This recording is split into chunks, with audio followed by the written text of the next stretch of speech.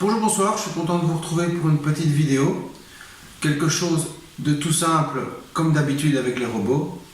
Une petite citronnade, c'est quelque chose d'assez typique dans les démonstrations, les ateliers Thermomix. Donc les ingrédients sont simples, 2 à 3 citrons, bio, non traités de préférence. Vous les coupez en 2, voire en 4 si vraiment ils sont très très gros. Dans mon cas en général, ça me suffit de les couper en 2. Vous avez besoin de sucre. La recette de base chez Thermomix conseille 100 grammes. Moi je réduis toujours le sucre parce que je trouve que c'est de trop. 100 grammes de sucre et je ne suis pas très sucré.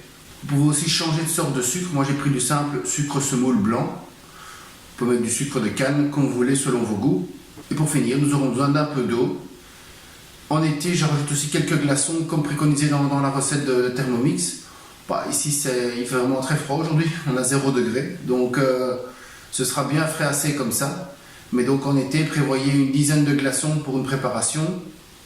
Et pour rafraîchir la préparation, en été, ma petite astuce, c'est d'utiliser une gourde comme on voit beaucoup maintenant, où au centre vous avez un cylindre dans lequel vous pouvez mettre des fruits. Moi je mets des feuilles de menthe là-dedans, comme ça elles restent tout autour, elles ne se mélangent pas vraiment à l'eau, elles ne viennent pas dans la bouche. Et vraiment avec un petit soupçon de menthe, c'est délicieux. On passe à la recette. La première étape de la recette, c'est assez simple. On met les citrons, le sucre et 500 g d'eau dans chaque appareil.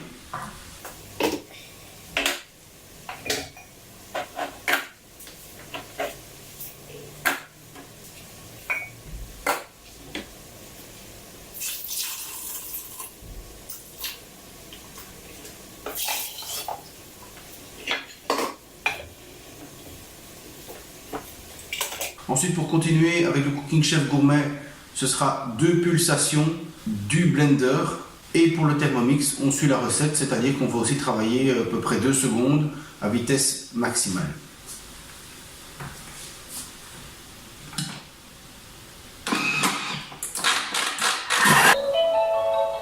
Pour le Thermomix, bien évidemment, c'est indiqué dans la recette, mais n'oubliez pas de bien maintenir le couvercle.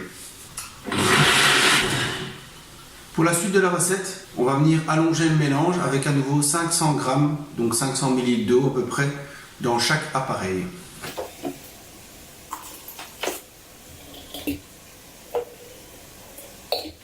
Grâce à cette vidéo, bien sûr, vous allez voir que les 2 appareils font très bien le job. Il y a un petit point qui pour moi fait que je n'utilise pas le blender du Cooking Chef normalement pour faire ma citronnade. C'est cette étape-ci, c'est-à-dire que maintenant vous avez tout bien dans vos robots, vous avez vos glaçons qui sont pilés, vous avez votre citronnade qui est prête. Maintenant il faut la transvaser dans quelque chose. Alors il faut admettre que chez Thermomix il y a une petite astuce qui est bien sympa et qui fait qu'en fait j'utilise presque toujours mon Thermomix pour faire ma citronnade.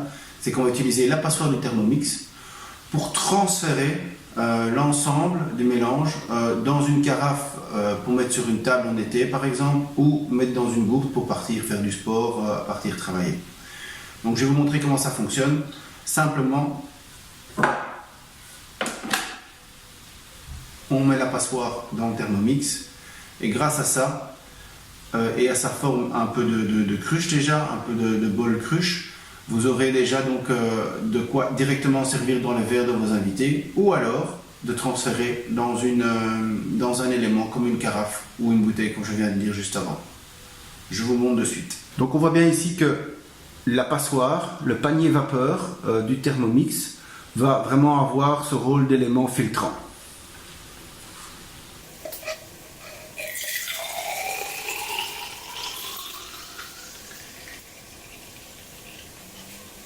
Voilà comment réaliser une citronnade en moins de 2 minutes. Je vais réutiliser mon Thermomix pour filtrer l'autre mélange et refaire exactement la même étape. C'est-à-dire que je vais, avec le panier vapeur du Thermomix, mettre dans un élément pour le consommer.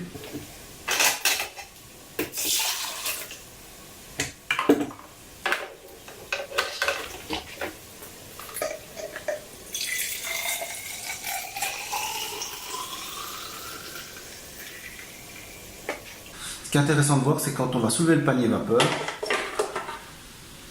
on voit bien que tout le reste, les épluchures de citron sont restés en dessous. Donc réellement, on a une citronnade sans devoir éplucher les citrons. Voilà, au niveau du résultat, vous voyez, nous avons donc 2 citronnades identiques. un point positif de facilité au niveau de la recette intégrée, de la balance intégrée et de l'utilisation du panier vapeur pour le Thermomix. Mais voilà, en termes de résultats, on est face à deux résultats tout à fait identiques, avec un goût tout à fait identique. Je vous retrouve avec plaisir bientôt pour de nouvelles vidéos. Je vous remercie beaucoup déjà pour tous ceux qui se sont abonnés. Et n'hésitez pas à liker cette vidéo, et pour ceux qui ne l'ont pas encore fait, à vous abonner. Je vous souhaite une bonne journée ou une bonne soirée. Voilà, au revoir.